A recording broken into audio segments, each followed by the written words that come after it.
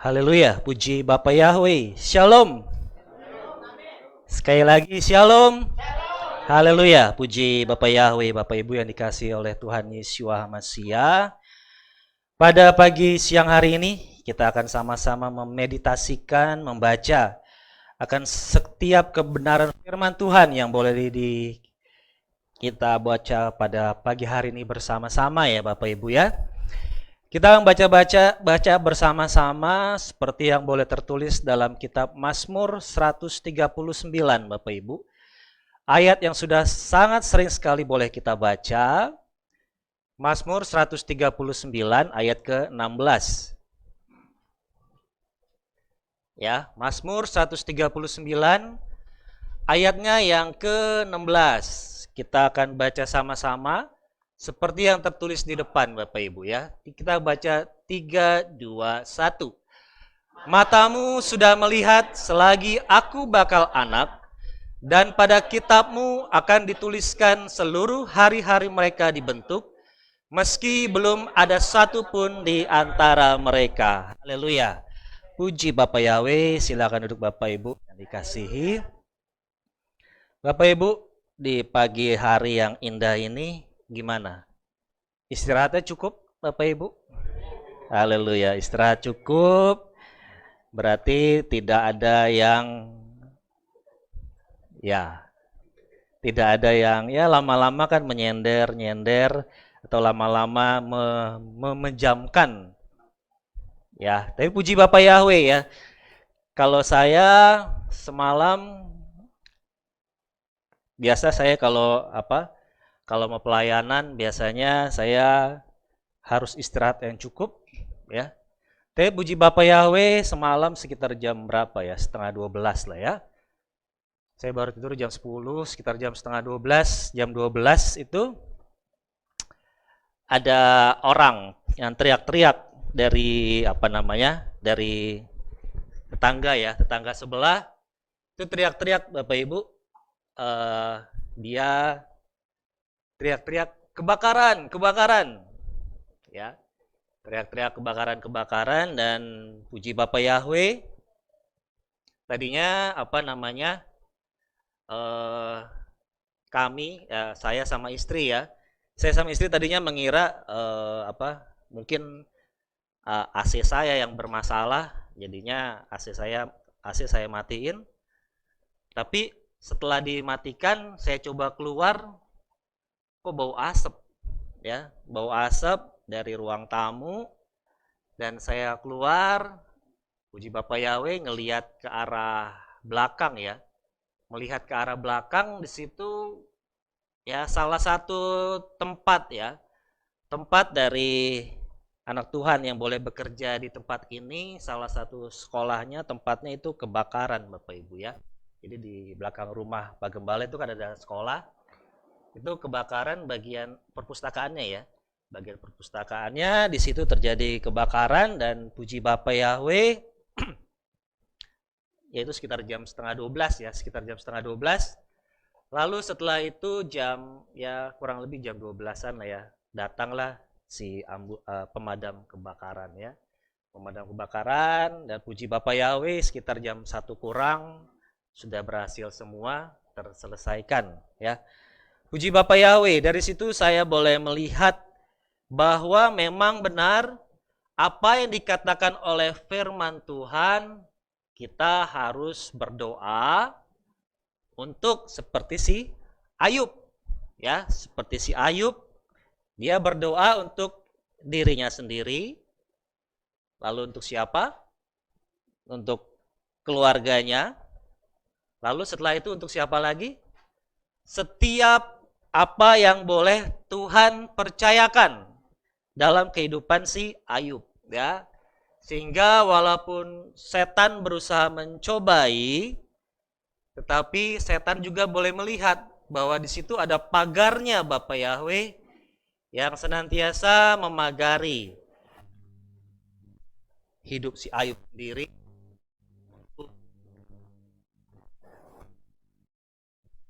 Lalu setelah itu apa yang boleh Tuhan percayakan dalam kehidupan daripada si Ayub, ya. Puji Bapa Yahweh, di situ kita boleh melihat bahwa penyertaan tangan daripada Bapa Yahweh di situ sungguh sempurna, ya.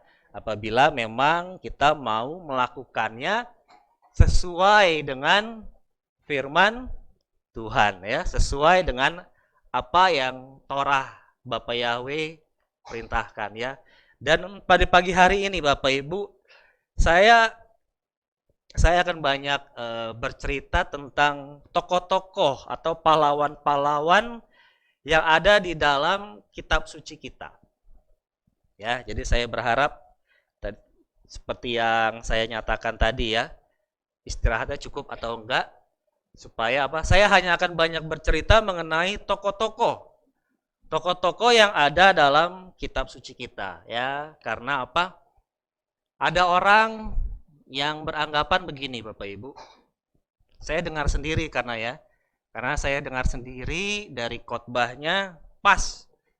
Kalau saya sebenarnya sudah tidak mendengarkan lagi khotbah-khotbah seperti itu, walaupun pengagung Yahweh, tapi pas ada yang menyetel, ya saya ada di sebelahnya, jadi ya saya saksikan aja Bapak Ibu, ya. Jadi orang yang menamakan diri orang Kristen atau umat percaya, apabila hanya khotbahnya hanya cerita-cerita saja tentang Musa, tentang Yunus, tentang, ya pokoknya tentang tokoh-tokoh yang ada dalam kitab suci, nggak maju-maju, ya. Mungkin Bapak Ibu pernah mendengar hal seperti ini, ya. Oleh karena itu kita harus menambah dengan pengetahuan-pengetahuan yang ada sekarang, ya. Jadi apabila gereja atau umat Tuhan yang hanya membaca, memeditasikan tentang firman Tuhan, yang hanya khotbahnya tentang Musa, tentang Yunus, tentang apa lagi? Tentang Yohanes, nggak akan maju-maju. Jadi kita perlu menambah pengetahuan yang dari luar, ya. Di situ awal atau cikal bakal terjadinya kesombongan ataupun juga kehancuran, Bapak Ibu, ya. Di situ kita boleh melihat bahwa memang penyertaan Bapa Yahweh, ya, kita tetap harus belajar cukup dari apa yang tertulis dari firman Tuhan, ya. Tidak perlu ditambah-tambah lagi, kalau kata orang, bumbu-bumbu, ya. Bumbu-bumbu yang akhirnya awalnya sih kelihatannya lurus. Awalnya kelihatan lurus, tapi lama-lama menyeleweng, ya. Oleh karena itu saya harapkan di tempat ini kita akan sama-sama belajar Bapak Ibu, ya, tentang tokoh-tokoh, ya. Karena tadi kan kita sudah baca bersama-sama kan, bahwa dari sejak bakal anak, Bapak Yahweh sudah menentukan kita semua, ya. Bapak Yahweh sudah menentukan kita semua, sehingga kita percaya aja bahwa apa yang kita jalani sekarang itu adalah yang terbaik, ya. Haleluya, ya. Pertama kita akan akan melihat, belajar dari tokoh yang bernama Adam, ya. Kita akan belajar tentang apa Bapak Ibu? Tentang umat pilihan Tuhan, ya. Tentang umat pilihan Tuhan melalui yang pertama, yaitu si Adam.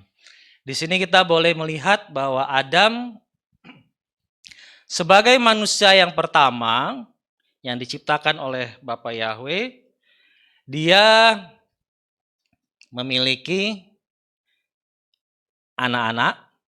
Kalau yang berdasarkan dari silsilahnya Adam, Set, Enos, ya.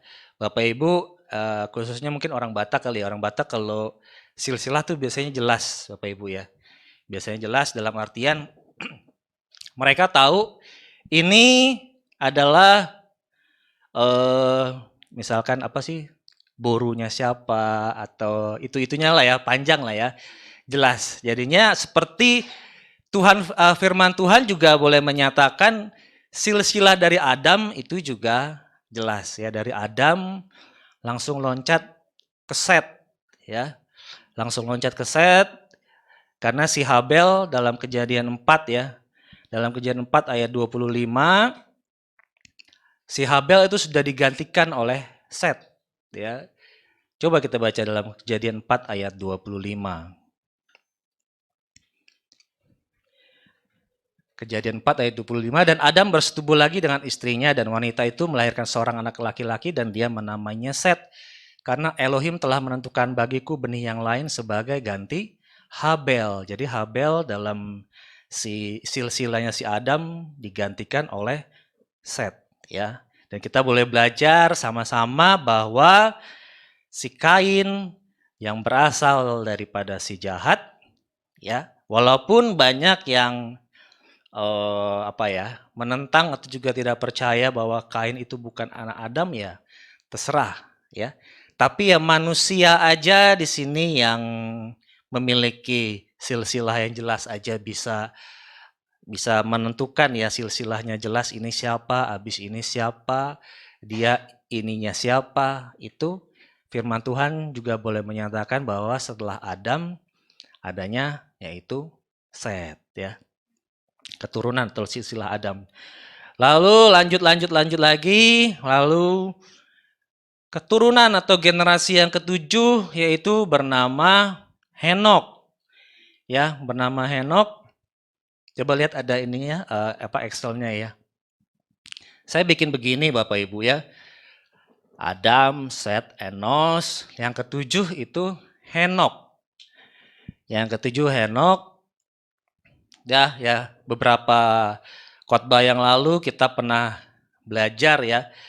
Belajar khususnya tentang kitab Henok ya. Saya senang dengan kitab ini karena beberapa umat yang menamakan diri penyembah Bapa Yahweh ketika saya khotbah seperti ini menentang ya, karena yaitu mereka taunya diajarkan tentang kitab Henok tapi nggak tahu isinya ya. Diajarkan oleh gembala, oleh pelayan Tuhan, tapi begitu saya beberkan isinya nggak terima. Kenapa? Karena bahasa Jawanya wis kadung, udah terlanjur percaya, mau menolak malu ya. Tapi di sini nyerempet lagi sedikit Bapak Ibu ya. Saya berani memastikan 100, 200, 300 bahkan 1000% yang menulis kitab Henok seperti yang kita baca waktu itu bukanlah Henok di keturunan ke-7 ya. Beribu-ribu persen berdasarkan ilmu pengetahuan. Ya, berdasarkan ilmu pengetahuan. Coba kita lihat umur kitab Henok. Umur kitab Henok diperkirakan 300 sampai 200, paling muda 100 sebelum Masehi. Ya, berarti paling tua 300 sebelum Masehi, karena dia kan ada beberapa lembaran ya. Yang paling tua itu 300 sebelum Masehi, yang paling muda 100 sebelum Masehi. Nangkep nggak di sini? Ya. Jadi Yesua itu anggap aja dia lahir di tahun 1 Masehi. Kita kan pernah belajar Bapak Ibu tentang siapa namanya? Nebukadnezar. Nebukadnezar aja berkuasa tahunnya berapa? 576 sebelum Masehi. Nebukadnezar, dia zamannya Daniel. Dia berkuasa sekitar tahun 600-500 sebelum Masehi. Kitab ini hanya paling tua 300 sebelum Masehi. Dengan kata lain, yang menciptakan atau yang menulis kitab Henokh tersebut, dia usianya lebih muda daripada Daniel.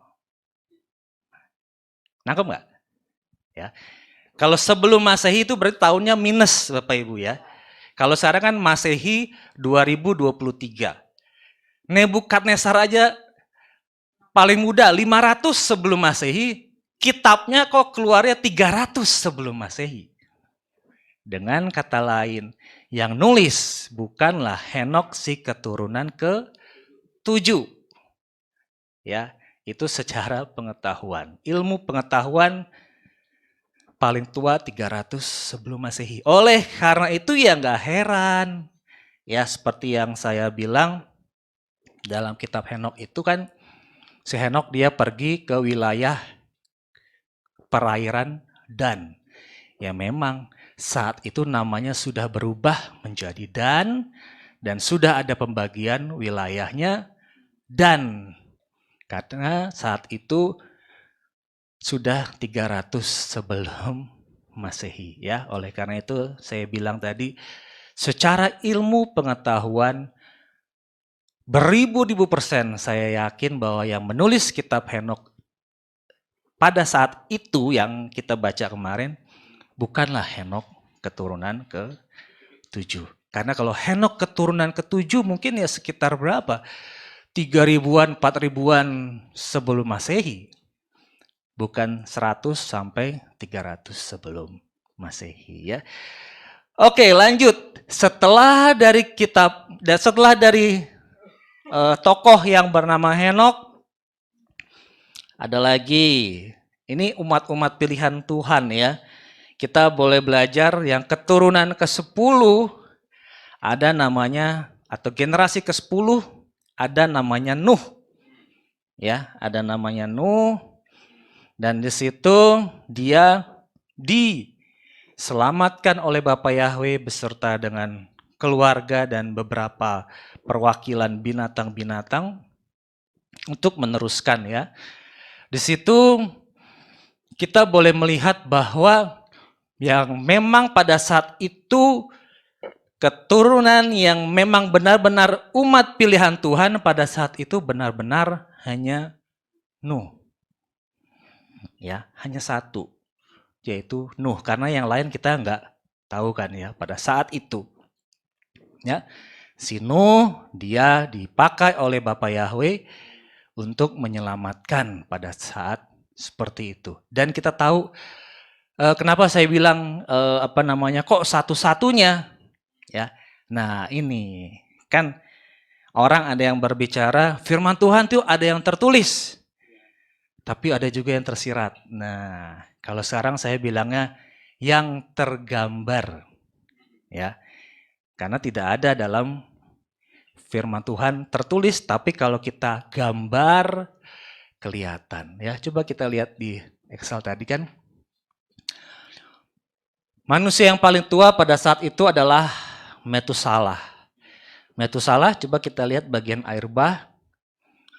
Metusalah umurnya 969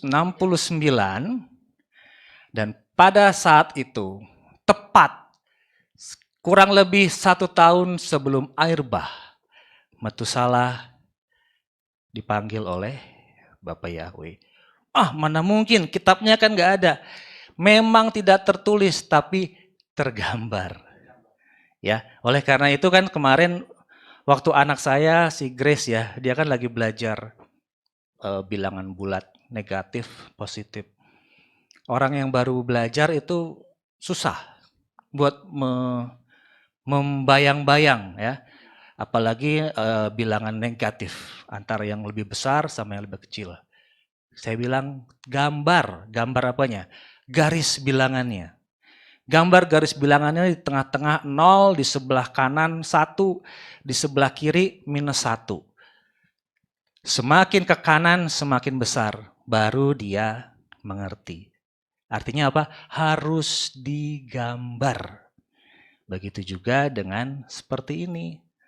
Ntar pasti banyak lagi yang menentang. Mana mungkin tidak tertulis dalam kitab firman Tuhan. Ya memang tidak tertulis, tapi digambar seperti ini. umat pilihan Tuhan. Salah satunya adalah Metusala, kurang lebih 1 tahun sebelum air bah. Air bah kan terjadi pada saat kurang lebih si Nuh umurnya ya kurang lebih 1 tahun setelah dia 600 ya. Pada saat itu Metusala dipanggil, baru setelah itu terjadilah air bah ya. Sekali lagi firman Tuhan yang seperti ini tergambar. Ya, kalau mau digambar ya. Karena tadi kan orang yang berbicara seperti tadi kan, kalau kita hanya belajar tentang Adam, tentang Nuh, tentang Abraham, sudah bosan. Kita harus cari pengetahuan yang lain. Kenapa? Karena tidak digali seperti ini. Ya, harus digali ya. Seperti kemarin kita belajar tentang si siapa? Tentang si Yusuf. Saya cari tahu kenapa si Yusuf mengatai orang-orang dari Kanaan yang si siapa? Kakak-kakaknya itu kok mata-mata. Ya. Mata-mata kenapa? Karena ya memang dari silsilahnya aja sudah berbeda. Ya, dari silsilahnya adalah berbeda. Kita tahu, coba lihat dalam Kejadian 10 ayatnya yang ke-6. Kejadian 10 ayat yang ke-6. Dan anak-anak lelaki Ham ialah Kus dan Mesir. Ham adalah salah satu anak daripada si Nuh. Jadi Nuh kan punya 3 anak, Sem, Yafet, dan Ham. Si Mesir ternyata dia leluhurnya adalah Ham. Dan dari Ham ini lahirlah Mesir, ada Kanaan, ada berbagai macam. Dan kita tahu dari sini bukanlah umat pilihan Tuhan. Ya. Mesir, Put, Kus, Kanaan. Dia berasal dari Ham. Sedangkan Abraham atau juga si siapa? Yakub, dia berasal daripada siapa? Umat pilihan Tuhan? Sem. Ya, kan kita punya Nuh punya 3 anak, Sem, Yafet, dan Ham. Ya. Si Mesir berasal dari Ham, si Yakub berasal dari Sem. Ya, jadi dari atasnya aja udah beda. Itu Bapak Ibu, memang harus digali. Kalau kita seperti Bapak Gembala bilang, kalau hanya dibaca biasa gitu aja enggak ya membosankan memang. Ya, tapi kalau kita membaca seperti ini, kita tarik ke atas, saya yakin tidak akan bosan.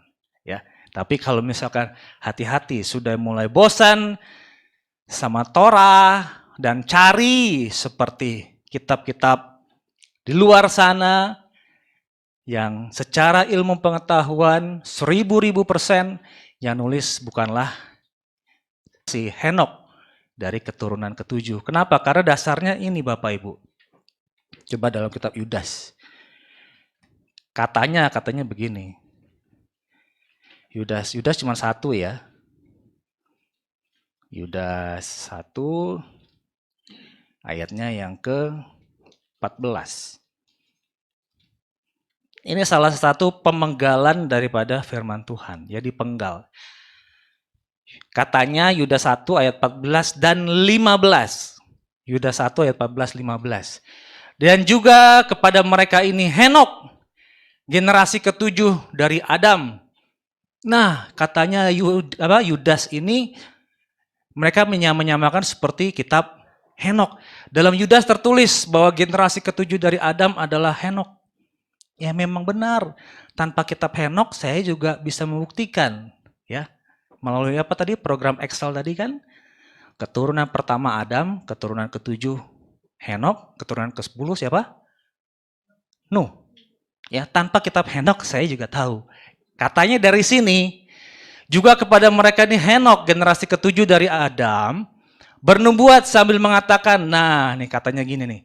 Lihatlah Yahweh datang dengan beribu-ribu orang kudusnya untuk melakukan penghakiman terhadap semua orang dan mempersalahkan semua orang fasik dari antara mereka berkenaan dengan segala perbuatan fasik mereka yang telah mereka lakukan dengan fasik dan berkenaan dengan segala kekasaran yang telah mereka, orang-orang berdosa yang fasik itu, ucapkan terhadap dia. Seret, ditutup. Katanya Yudas 1 ayat 14 dan 15. Tapi ayat ke-16-nya nggak diteruskan. Siapakah mereka ini? Mereka ini adalah para penggerutu. Sedangkan kitab Henok yang tertulis malaikat jatuh. Mereka ini adalah para penggerutu yang tidak pernah puas, yang berjalan menurut keinginan-keinginannya, bahkan mulut mereka mengucapkan kata-kata congkak, seraya mencari muka demi keuntungan. Gak ada hubungannya. Ya, jadi firman Tuhan jangan dipotong, jangan dipenggal seolah-olah benar. Ya, oleh karena itu saya menganjurkan kepada kita semua, kalau kita baca firman Tuhan, jangan pakai handphone. Ya, jangan pakai handphone. Kenapa? Kalau pakai handphone, orang berpegang, bersandar hanya kepada handphone. Ya, itu seperti saya dari kecil diajar sama orang tua saya, kalau guru kamu mengajar, tulis walaupun dia tidak tulis di papan. Tapi kalau pakai handphone, saya yakin tidak ada yang menulis. Dan kalau pakai handphone, saya yakin tidak diteruskan sampai ayat ke-16 dari Yudas tadi ya. Jadinya pakailah firman Tuhan, pakailah buku yang tertulis supaya apa? Kalau ini bisa digarisin ya. Oh ini kelihatan ini ayatnya belum selesai, dilanjutin sampai ke bawah. Tapi kalau pakai handphone enggak. Bukan enggak bisa, susah. Kadang-kadang oh iya, cukup oh iya ada WhatsApp, dah masuk. Pada saat ibadah habis baca firman Tuhan, WhatsApp masuk, cus. Enggak jadi dengerin firman Tuhan ya. Oleh karena itu ya saya mengajarkan kepada kita, ya kita beruntung ya, bagi kita semua kita punya kitab suci. Karena di tempat-tempat lain yang mungkin ada di daerah Jazirah Arab, mereka susah untuk membuka kitab suci ya.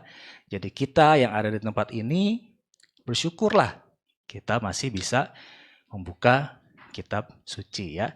Lalu setelah itu, setelah dari Henok, ada Metusalah juga, muncullah ya. Hari ini saya akan hanya banyak bercerita Bapak Ibu, karena saya senang dengan cerita-cerita umat pilihan Tuhan ini ya.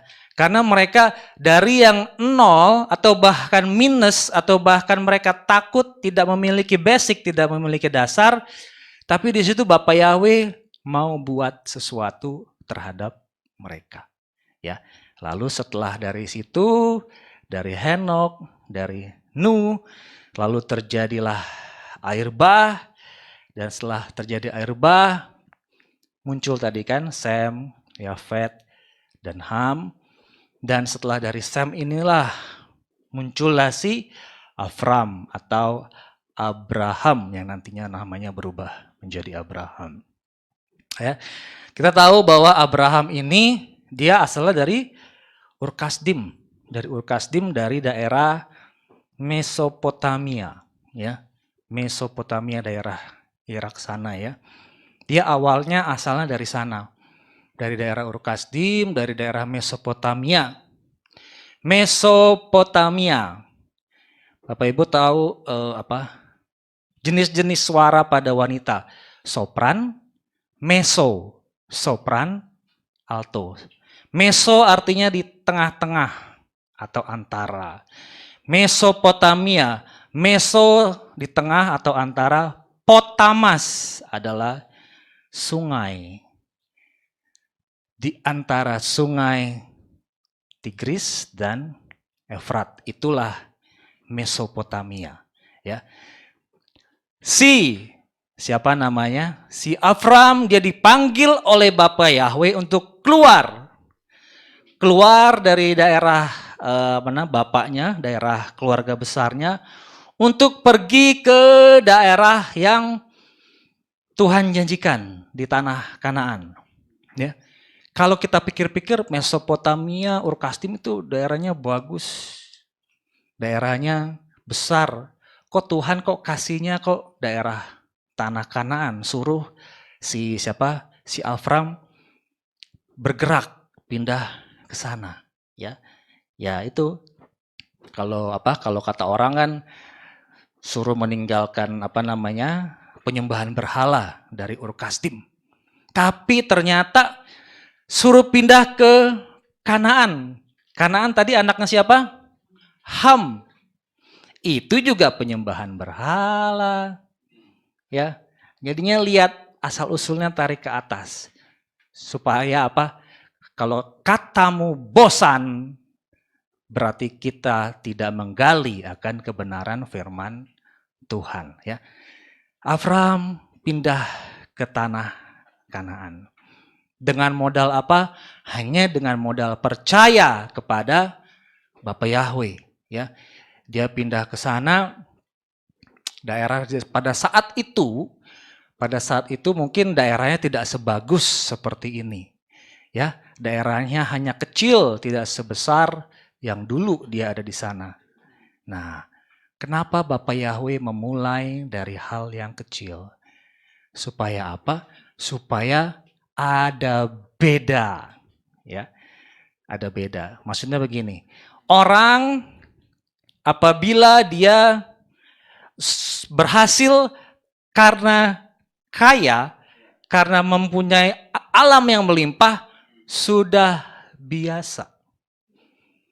Tapi apabila dia memulai dari hal yang kecil, ada penyertaan Bapa Yahweh, di situ baru namanya luar biasa.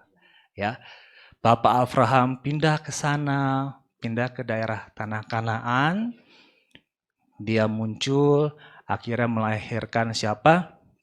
Ya, pada saat itu Avram pertama kali dalam kitab suci kita tertulis Ibrani. Ya, seperti yang saya bilang kan, Ibrani atau Ifrim artinya the one from the other side. Orang dari seberang, ya, karena pada saat itu dia pendatang, si Avram. Begitu juga dengan kita. Kita kan menamakan diri sebagai orang-orang Ibrani rohani. Berarti kita dari orang atau pihak yang berseberangan dengan dunia. Ya, coba kita baca lah Kejadian 14 ayat 13. Ini adalah pertama kali yang tertulis Ibrani. Kejadian 14 ayat 13. Dan salah seorang yang melarikan diri datang dan menceritakan kepada Abram, orang Ibrani itu, ya. Ini adalah pertama kali asal muasal Ibrani tertulis dalam kitab suci kita, ya. Setelah Abram muncullah Ishak, lalu muncullah Yakub, dan kemarin dari Yakub kita belajar juga tentang si Yusuf, ya. Cerita tentang Yusuf ini adalah cerita yang sangat-sangat luar biasa. Ya. Cerita yang sangat luar biasa, kenapa? Karena dia orang yang bisa dibilang orang yang dipuji-puji, ya. Kalau tempat ini katakan dia adalah anak papi. Anak papi, akhirnya karena dia anak papi, dia dijual oleh saudara-saudaranya atau alias kakak-kakaknya. Kenapa? Karena dia hanya jadi mandor. Ya, mandor dari kerjaan kakak-kakaknya. Dan juga setelah itu muncullah mimpi, masa sih? Ya, sebagai seorang kakak, masa sih bisa terjadi seperti itu? Dan puji Bapak Yahweh, di tempat ini juga dijelaskan bahwa memang Yang tadinya anak papi, dia harus direndahkan serendah-rendahnya. Sekali lagi, seperti Avram, dibawa dari tempat besar ke tempat yang lebih kecil supaya terlihat bedanya. Ya, jadi pada saat itu si Yusuf dia direndahkan, bahkan dia selama kurang lebih berapa tahun? 13 tahun dia diproses sebelum dia menjadi bisa dibilang tangan kanannya si Firaun ya. Selama 13 tahun. 13 tahun itu waktu yang sangat lama Bapak Ibu ya. Dan kita tahu bahwa 13 ini adalah angka yang juga sangat luar biasa. Bapak Ibu ingat tentang siapa?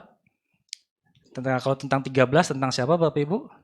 Si tembok Yeriko berapa kali diputarin?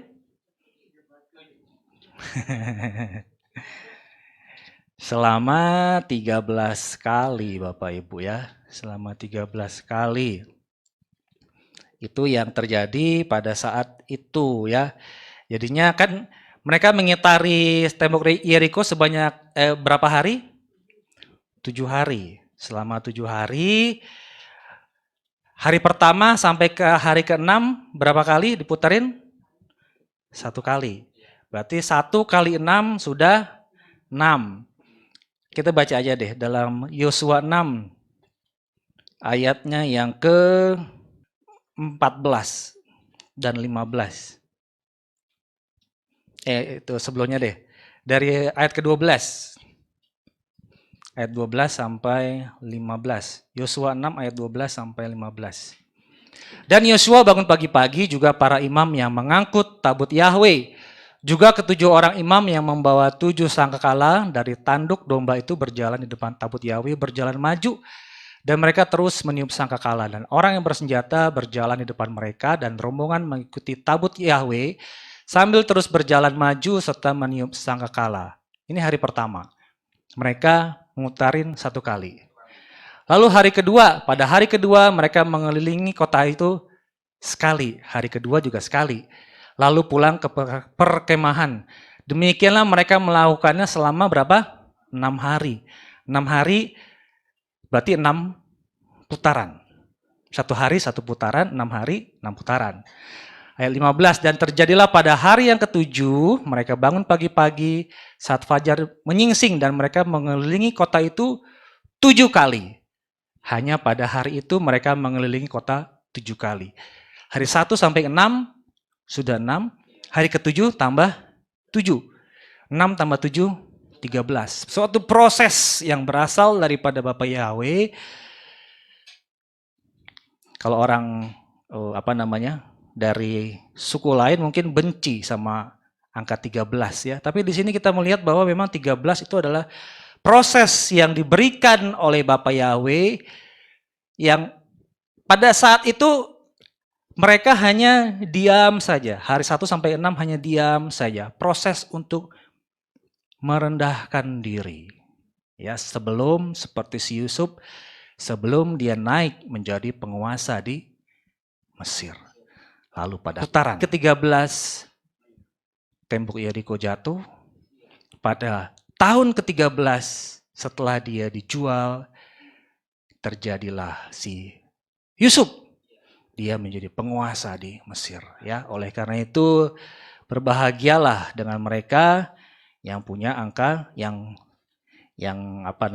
suka sama tanggal 13. Berarti kita diproses oleh Tuhan supaya ditinggikan, ya. Lalu setelah itu Yusuf pada saat itu kalau kita lihat dia pasti kalau saya yang menjadi Yusuf saat itu mungkin saya nggak terima. Udah dijual, dibawa jauh dari papi gue, katanya begitu, ya. Karena kan pada saat itu kan dia anak papi, ya. Jadi pada saat itu, tapi kemarin kita belajar apa? Ternyata Yusuf diingatkan oleh mimpi. Ya, Saya yakin dan percaya bahwa yang mengingatkan mimpi itu adalah Roh Kudus. Ya, karena Roh Bapa Yahweh atau Roh Kudus fungsinya untuk mengajar dan juga untuk mengingatkan, ya. Pada saat itu dia diingatkan, "Oi, Yusuf, ada mimpi." Kemarin berapa? Sekitar berapa tahun? 22 sampai 24 tahun yang lalu.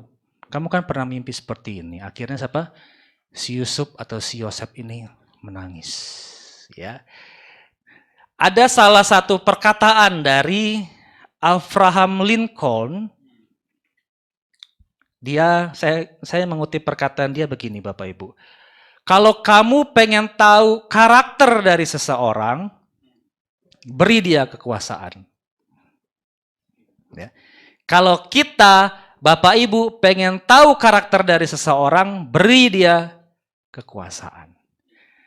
Dan dari saat itu saya yakin dan percaya bahwa Bapak Yahweh tahu karakter daripada si Yusuf. Karena tadi kan dalam Mazmur 139, sebelum kita dibentuk, dia sudah merencanakan segala sesuatu bagi si Yusuf ini. Ya. Dan puji Bapak Yahweh, akhirnya terjadilah pemulihan demi pemulihan yang nanti akan kita pelajari di hari-hari Sabat selanjutnya, Bapak Ibu, ya. Di situ kita boleh melihat bahwa memang apabila kita pengen tahu nih karakter dari kita akan dipercayakan oleh Tuhan kekuasaan. Kira-kira kalau kita diberikan kekuasaan, apakah tadinya Yusuf kan dia kan saking gemas, tapi akhirnya karena engkau sudah dibersihkan oleh firman, akhirnya dia luluh si Yusuf tersebut. Begitu juga dengan kita. Ya, dengan kita Tuhan mau kita memulai dari hal-hal yang kecil. Hal yang kecil ini contohnya mengampuni. Ya, kemarin kan kita diajarkan mengampuni, ya. Karena dari mengampuni itulah cikal bakal kita mau turun dari kekuasaan kita yang sombong itu atau tidak. Dan puji Bapak Yahweh, kita belajar lagi tentang Yusuf. Lalu setelah Yusuf berakhir, muncul lagi si zaman hakim-hakim.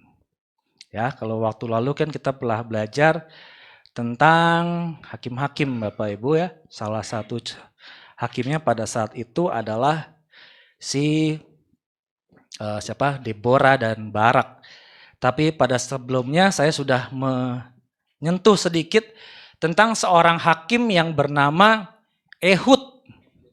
Coba kita baca Hakim-Hakim 3 ayatnya yang ke-15. 15 dan 16. Hakim-Hakim 3 ayat 15 dan 16. Lalu Bani Israel berseru kepada Yahweh, dan Yahweh membangkitkan seorang pembebas bagi mereka, yakni Ehud anak Gera, orang Benyamin, seorang yang kidal. Seorang yang kidal. Benyamin tadinya kan si siapa? Si Rahel. Rahel dia ketika mau melahirkan Benyamin, dia kan menamainya siapa? Ben-Oni. Artinya kita sudah belajar son of my trouble. Anak dari kesusahanku. Tetapi ketika siapa bapaknya mendengar, bukan, namanya Benyamin atau Benjamin. Artinya apa? Son of my right hand. Anak tangan kanan. Yakni Ehud, anak Gera, orang anak tangan kanan, tapi seorang yang kidal. Dari sini kita belajar apa? Orang yang dibanggakan sebagai orang yang memiliki kekuatan di tangan kanan, tapi yang dipakai oleh Tuhan adalah orang yang kidal. Lanjut. seorang yang kidal, dan Bani Israel mengirim satu upeti dengan perantaran tangannya kepada Eglon Raja Moab. Dan Ehud membuat sebuah pedang bermata dua yang panjangnya hampir 1 hasta. Lalu ia menyembunyikannya di bawah jubah panjangnya pada paha kanan. Masuk akal kan? Dia orang kidal, taruh pedang di paha kanan. Tapi kalau orang tangan kanan pasti taruh pedang di paha kiri, ya. Karena ada orang yang ini arti rohani. Ya, tapi kalau saya lihat di sini dia taruh pedang di paha kanan, berarti memang pada saat itu si Ehud dia adalah orang yang kidal, benar-benar kidal. Benyamin, orang anak dari tangan kanan, tapi dia orang kidal. Di sini Bapak Yahweh alias apa? Kalau dia orang yang kidal, pasti yang lebih kuat tangan kirinya. Ya. Di sini Bapak Yahweh memperlihatkan apa? Jangan mengandalkan kekuatan kita sendiri. Ya. Karena dasarnya Benyamin, son of my right hand.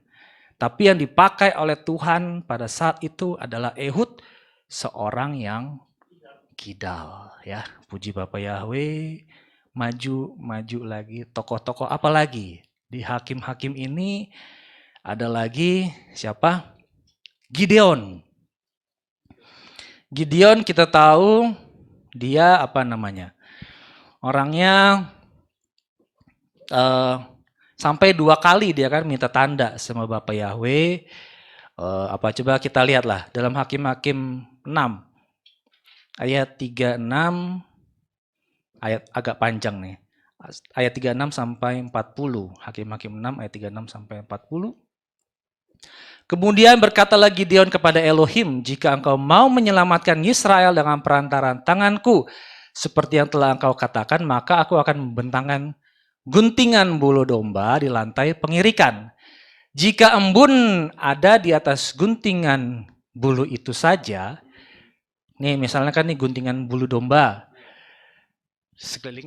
sekelilingnya tanah, sedangkan tanah di sekitarnya kering, maka taulah aku bahwa engkau mau menyelamatkan orang Israel dengan perantaran tanganku seperti yang telah engkau katakan. Lalu terjadilah demikian, dan keesokan harinya dia bangun pagi-pagi. Nah ini diperasnya embun dari guntingan bulu itu secawan penuh air, berarti basah terjadi. Dan Gideon coba lagi, Tuhan belum puas.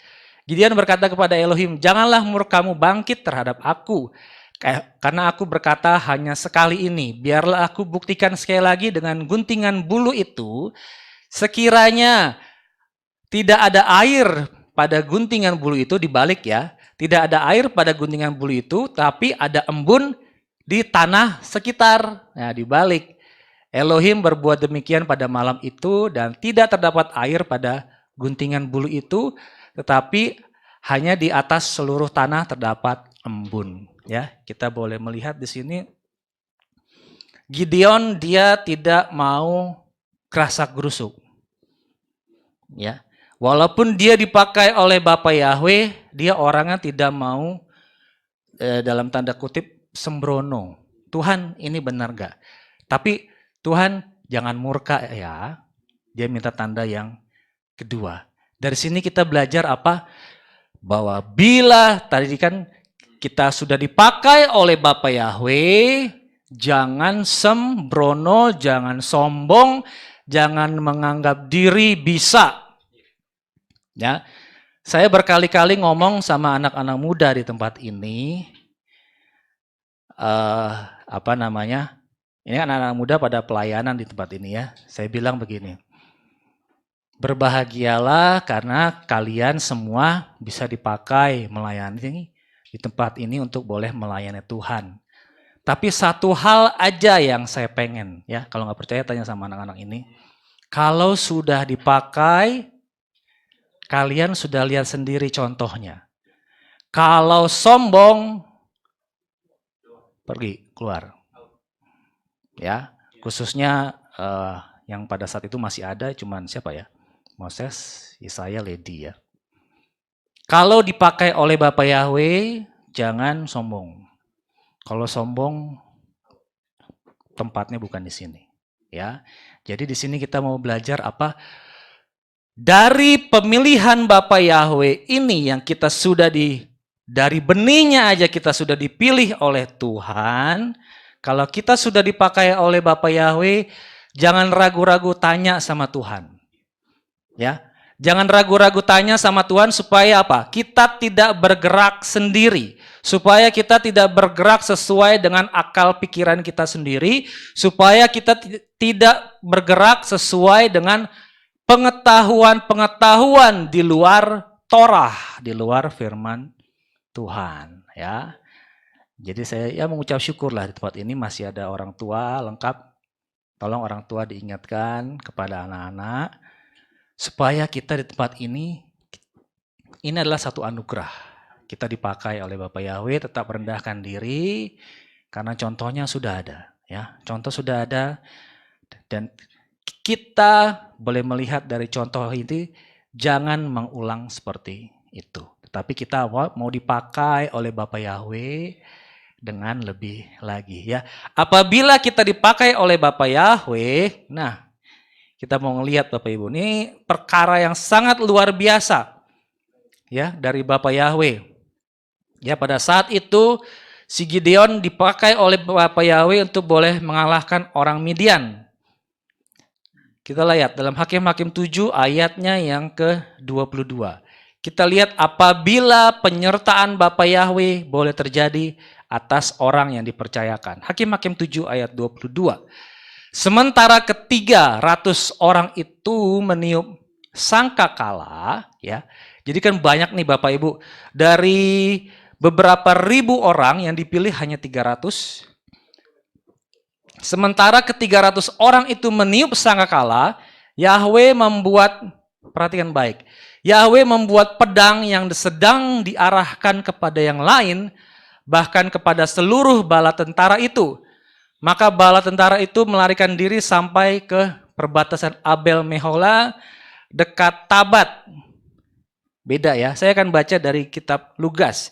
Sementara ke-300 orangnya, Gideon meniup sangkakalanya, Yahweh membuat pedang musuh yang satu ditebaskan kepada yang lain, bahkan ke seluruh pasukan itu.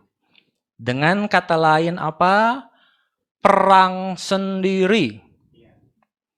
Ya, perang sendiri.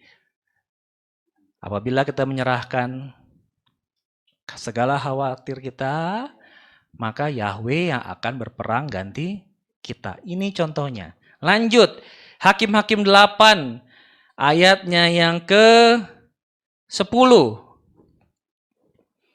Sementara itu Zeba dan Salmuna ada di Karkor bersama-sama dengan tentara mereka, orang kira-kira 15.000 orang banyaknya, yakni semua orang yang masih hidup, ya. Jadi dari beberapa orang tadi yang masih hidup,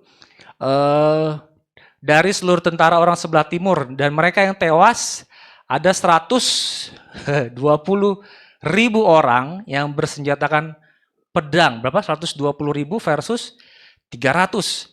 Dan Gideon pun maju melalui jalan orang-orang yang tinggal di dalam kemah di sebelah timur Nobah dan Yokbeha, lalu memukul kalah tentara itu. Ketika tentara itu menyangka dirinya aman. Saya akan baca lagi ya. Dari kitab Lugas, ayatnya yang ke-10. Sementara itu Zeba dan Salmuna berada di Karkor bersama dengan tentara mereka yang berjumlah kira-kira 15.000 orang, yakni sisa pasukan yang masih hidup dari seluruh pasukan orang-orang yang dari sebelah timur, sebab yang tewas karena apa? Saling menebaskan pedang di antara mereka sendiri berjumlah 120.000 orang. Ini terjadi apabila kita mau dipakai oleh Bapak Yahweh, ya. Ini musuh melawan musuh. Dan hal ini bukanlah sekedar bacaan biasa, tetapi terjadi juga pada saat perang tahun 67 di Israel. Ya, saya pernah ceritakan. antara Mesir, Irak, mana lagi Suriah, Yordania, mereka miskomunikasi. Akhirnya perang terjadi antar mereka sendiri. Tapi ini tidak diakui sama mereka, ya. Terjadi perang sendiri. Nah, terjadi perang sendiri, tinggallah si Israel pukul mundur. Oleh karena itu nggak heran setelah dipukul mundur, Israel yang tadinya kecil malah jadi membesar. Mereka bisa mendapatkan Yerusalem mana ya, Yerusalem Barat kalau nggak salah ya pada saat itu. Ya, kenapa? Karena mereka umat pilihan Tuhan. Bapak Yahweh sudah tahu mana ini benihku, ini bukan. Ya, dan kita juga boleh melihat tadi kan walaupun si Mesir itu keturunan dari si Ham, tapi kita boleh melihat Mesir, Yordania, yang lain-lain. Walaupun mereka tadinya musuh, tapi sekarang mereka butuh. Dulu musuh, sekarang butuh. Butuh apa? Nah, kita tahu bahwa Israel mereka jago dalam teknologi, yaitu walaupun mereka di padang gurun, di padang pasir nggak sesubur Indonesia mungkin kalau bukan dengan teknologi yang sekarang ini, tetapi karena mereka umat pilihan Tuhan, Bapak Yahweh mau kasih lihat ini loh dari tanah yang tidak sesubur Indonesia, aku bisa memakai umatku. Ya, sekali lagi, dari hal yang kecil Bapak Yahweh pengen kasih lihat supaya ini luar biasa. Ya, kalau hal-hal yang biasa ya orang ya wajar lah. Tapi kalau hal yang luar biasa, Bapak Yahweh akan membuat perbedaan. Dan akhirnya apa Bapak Ibu? Akhirnya sistem perairan dibutuhkan oleh Yordania. Dibutuhkan oleh Iran, ya. Yang tadinya adalah musuh, ya. Tapi jangan salah sangka Bapak Ibu ya. Karena Iran, media Persia yang pada saat itu mereka bangsa Israel diperbolehkan untuk membangun kembali balik ke Yerusalem untuk membangun kembali bait suci itu di zamannya siapa? Media Persia, di zamannya Iran.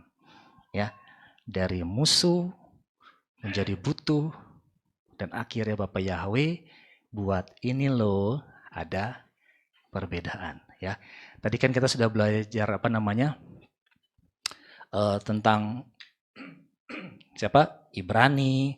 Dan juga orang juga bingung ya membedakan antara Ibrani, Israel, siapa lagi? Yahudi, ya. Tapi ya intinya sama Israel. Ya kita kan boleh belajar kan apa? Israel itu terjadi pada saat siapa? Si Yakub ya. Yakub kan sedang bergumul dengan Bapa Yahweh, dengan Elohim. Akhirnya apa? Pangkal pahanya terplecok. Ya, terplecok kan. Terplecok karena apa? Dari kejadian itu akhirnya muncullah nama Israel ya. Israel itu kalau di sini kita kan boleh belajar Bapak Ibu. Kalau Ish itu apa? Laki-laki ya. Ish itu laki-laki. El itu Elohim. Coba kita lihat Kejadian 32 ayat 28. Ya, setelah Yakub bergumul di Peniel, nama Yakub menjadi Israel. Dan dia berkata, namamu tidak lagi akan dipanggil Yakub, tetapi Israel. Sebab engkau telah bergumul dengan Elohim dan dengan manusia. Dan engkau telah menang ya. Setelah bergumul, dia akhirnya menang. Israel is laki-laki, manusia, Ra itu bergumul, Elohim. Akhirnya apa? Israel dari Yakub menjadi Israel, sebab engkau telah bergumul dengan Elohim. Dan dari situ muncullah ada nama Israel, tadi ada Ibrani, lalu Israel, lalu ada lagi Yahudi. Yahudi kita tahu bahwa salah satu anak daripada si Yakub itu adalah Yehuda, dan suku Yehuda ini dia dibuang ke pembuangan. Setelah dibuang mereka balik lagi, barulah disebut baru disebut Yahudi, ya, barulah disebut Yahudi. Tapi intinya sama aja. Intinya sama aja. Jadi jangan bingung Bapak Ibu ya. Oke, kita lanjut tadi setelah sampai siapa tadi? Setelah sampai Gideon Bapak Ibu ya. Setelah sampai Gideon, kita boleh melihat lagi setelah zaman hakim-hakim muncullah zaman raja-raja ya. Di zaman raja-raja kita boleh melihat siapa? Raja yang pertama kan si Saul. Raja yang pertama Saul, dia dipakai oleh Bapa Yahweh. Tapi karena roh Bapa Yahweh meninggalkan dia, akhirnya berpindahlah ke Daud. Kita tahu bahwa Daud ini adalah orang yang sangat muda, ya, sangat muda. Kita coba lihat dalam 1 Samuel 17 ayat ke-33. Ya, kita mau belajar poin-poin Bapak Ibu ya. Kalau kita mau diangkat oleh Bapa Yahweh, tadi pertama apa namanya? Bapa Yahweh mau dalam tanda kutip merendahkan kita supaya terjadi hal yang luar biasa. Lalu hal yang kedua apa? Jangan ragu tanya Tuhan seperti si Gideon supaya apa? Supaya kita tidak salah bertindak. Lalu yang ketiga tadi apa? Hakim Ehud, dia apa? Walaupun dia bukan berasal dari arti Benyamin yaitu tangan kanan, tapi Bapa Yahweh mau memakai dengan kelemahan dia menjadi kekuatan. Lalu sekarang si Daud 1 Samuel 17 ayat 33. Dan Saul berkata kepada Daud, engkau tidak akan sanggup pergi kepada orang Filistin itu. Nah, direndahkan dia ya, untuk bertarung dengan dia.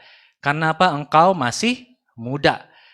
Dan dia, si lawannya adalah prajurit perang sejak masa mudanya. Ya, Bapak Yahweh mau bilang, jangan takut. Jangan takut, go ahead, maju aja. Maju aja, apabila Bapa Yahweh ada di pihak kita, siapakah lawan kita ya? Tidak ada yang bisa, bahkan Bapa Yahweh bisa membuat yang tadinya lawan, yang tadinya musuh, mereka jadi berperang sendiri ya.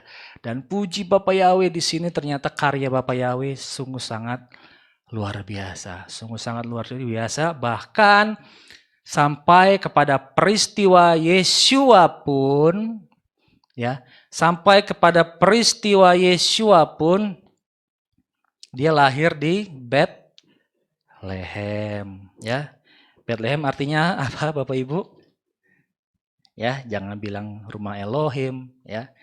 Bethlehem, bait, rumah.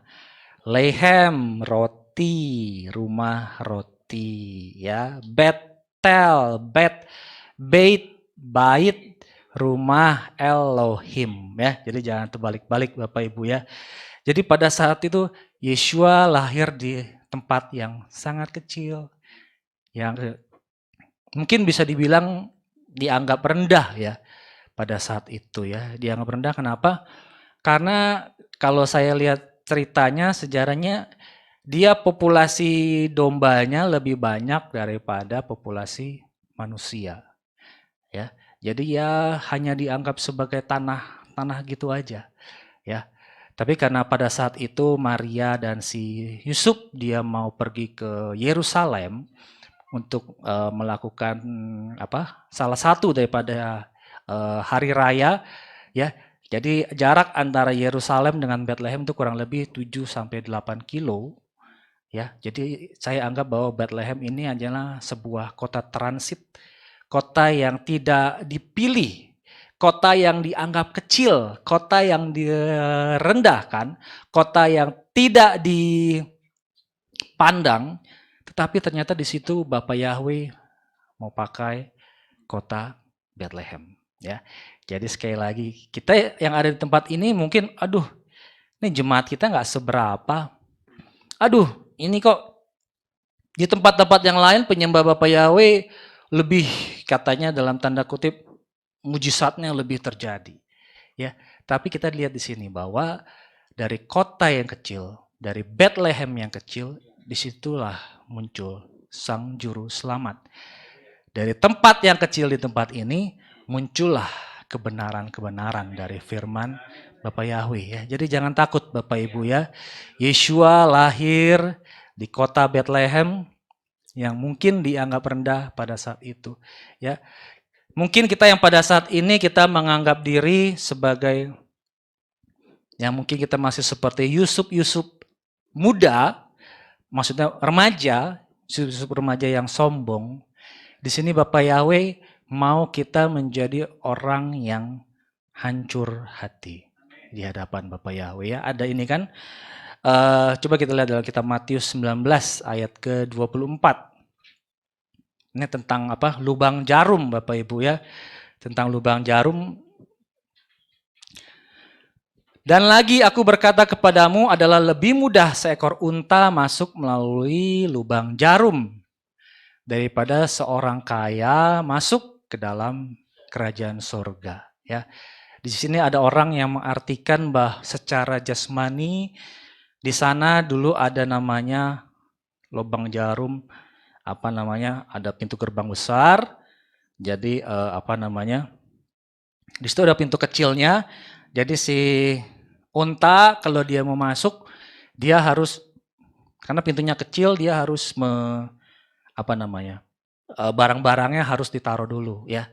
Itu ada orang yang menafsirkan seperti itu. Tapi kita di tempat ini kita diajarkan apa? Kalau hal ini terjadi seperti yang tertulis ya, bahwa seekor unta, orang yang besar bisa masuk ke dalam lubang jarum yang kecil dengan cara dia apa? Dibakar.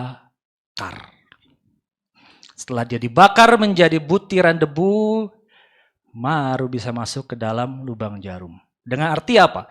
Segala keegoan kita, kesombongan kita dibakar seperti si Yusuf, ya, seperti si Musa, ya, seperti orang-orang yang berpangkat besar. Kalau kita pengen tahu karakter dia seperti apa sesungguhnya, beri dia kekuasaan. Ya, setelah kita dibakar, baru kita bisa masuk ke dalam lubang jarum. Mudah sekali. Ya, mudah sekali asal mau dibakar, ya. Jadi dari hal-hal yang kecil. Ini halnya sebenarnya kecil. Ya, poin-poinnya kan dalam dalam ibadah kita kan poin-poinnya sebenarnya pertama yaitu rendahkan diri. Yang kedua, jangan sombong. Cuman itu doang. Tapi dari hal yang kecil, jangan sombong, rendahkan diri, rendahkan hati, itu jadi hal yang berat. Kenapa jadi hal yang berat? Ya itu, karena tidak mau dibakar. Dibakar, kalau daging kan kalau dibakar baunya enak Bapak Ibu ya. Kalau dibakar baunya enak dan setelah itu abunya bisa masuk ke dalam lubang jarum. Tapi masalahnya kita ya mungkin agak berat di situ kali ya, nggak mau dibakar. Nggak mau dibakar, akhirnya pergi cari jalan yang lain ya. Oleh karena itu jangan jangan minder. Jangan minder apabila kita mungkin dibakar oleh Bapak Yahweh, direndahkan serendah-rendahnya menjadi hal yang kecil, karena dari hal yang kecil itu ternyata muncullah hal-hal yang besar ya. Oleh karena itu sebagai satu ayat penutup kita akan baca dalam kitab Matius 5 ayatnya yang ke-18. Matius 5 ayat 18, hal yang kecil Bapak Ibu ya. Sebab sesungguhnya aku berkata kepadamu sampai langit dan bumi berlalu, satu iota Satu iota atau satu keraya pun dari Torah sekali-kali tidak akan lenyap sampai segala sesuatu terjadi. Di sini apa? Yang mau saya kasih lihat, satu iota. Saya coba cari Bapak Ibu ya, iota itu ternyata itu bahasa apa ya? Bukan bahasa Ibrani. Ya, iota itu bukan bahasa Ibrani. Coba kita lihat yang bahasa Inggris coba. Matius 5 ayat ke-18 nih yang For verily I say unto you, till heaven and earth pass, one yot, satu yot, yud, tahu? Yahweh, yot, he, wow, he. Satu yot tidak akan lenyap sampai segala sesuatunya terjadi. Ya, Bapak Ibu tahu yot? Tahu kan ya yot ya? Ini loh yot nih. Yot, he, wow, he. Aksara terkecil dari huruf Ibrani adalah yot. Ya, kalau yang lain kan besar-besar. Alef, bet, kimel, sampai kepada tau itu besar-besar Bapak Ibu. Tapi yang paling kecil itu adalah yot. Lihat, dari hal yang kecil, dari yot, keluarlah Yahweh, yot he waw he, dari yot, keluarlah yot sin waw ayin, Yeshua, dari yot, keluarlah Yerusalem, dari yot, keluarlah Yisrael, jalan Elohim yang lurus. Ya, satu yot pun tidak akan dihapus. Tapi kalau satu kalau dalam kitab Lugas saya satu titik, ya, satu titik, koma, ya itu nggak jelas. Tapi kalau di sini tadi kan one yot, satu yot atau yot yang depannya daripada yot he waw he tidak akan lenyap karena Yeshua Bapa Yahweh itu kekal, ya. Oleh karena ya itulah jangan kita bosan baca firman Tuhan. Ya, kalau kita bosan baca firman Tuhan akhirnya carilah ilmu pengetahuan di luar dan akhirnya cocok loginya dengan firman yang ada di luar.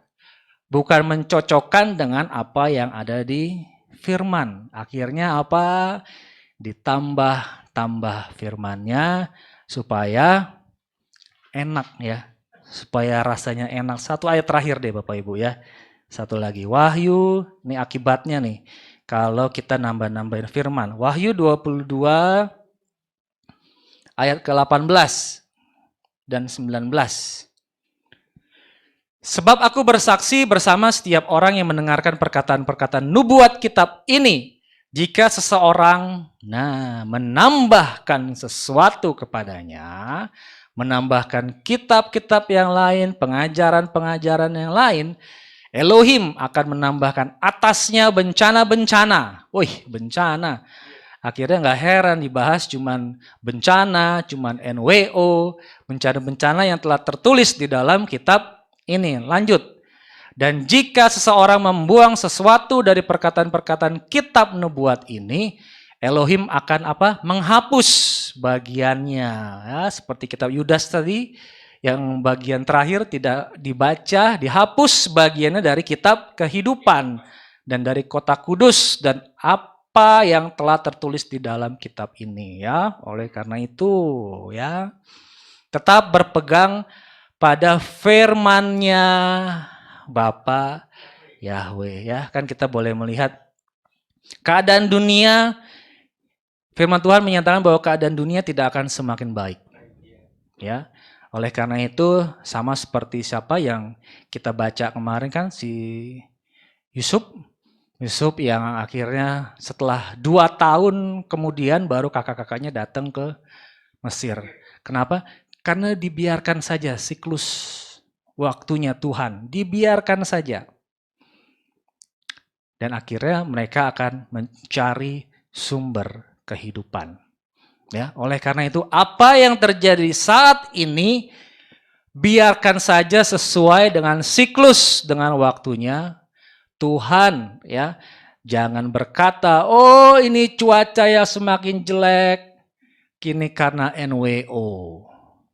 Jangan berkata, oh ini semua terjadi karena penguasa-penguasa jahat dunia. Kenapa? Karena ditambah firman-Nya. Ya, oleh karena itu saya nggak tahu apabila misalkan di zaman Yusuf itu sudah ada handphone, sudah ada internet, mungkin juga akan dibicarakan tentang NWO. Tapi kita yakin dan percaya bahwa semuanya ada dalam rencana Bapa Yahweh, dan Tuhan sudah tahu bagaimana cara menyelamatkan orang-orang pilihannya, ya. Dan tinggal satu pertanyaan lagi. Ya, tadi kan Tuhan sudah tahu bagaimana cara menyelamatkan. Satu lagi deh, 2 Petrus 2 ayat yang ke-9. 2 Petrus 2 ayat 9, ini adalah bagaimana Bapak Yahweh sudah tahu nih, apabila kita memang benar orang saleh. Yahweh sudah tahu, sudah mengetahui bagaimana melepaskan orang-orang saleh. Garis bawahi, orang-orang saleh dari pencobaan. Masalahnya kita orang saleh atau bukan? Ya, sudah tahu bagaimana melepaskan orang-orang saleh dari pencobaan dan menyiapkan orang-orang yang tidak benar pada hari penghakiman untuk dihukum. Ya, kita mau dibentuk oleh Bapak Yahweh. Apakah kita termasuk orang saleh? 1, 2, 3, 4. Apakah kita termasuk orang saleh? Kalau kita orang saleh, Bapak Yahweh sudah tahu. Apabila kita direndahkan, apabila kita dibakar seperti unta untuk masuk ke dalam lubang jarum, nggak usah sedih, ya, nggak usah marah.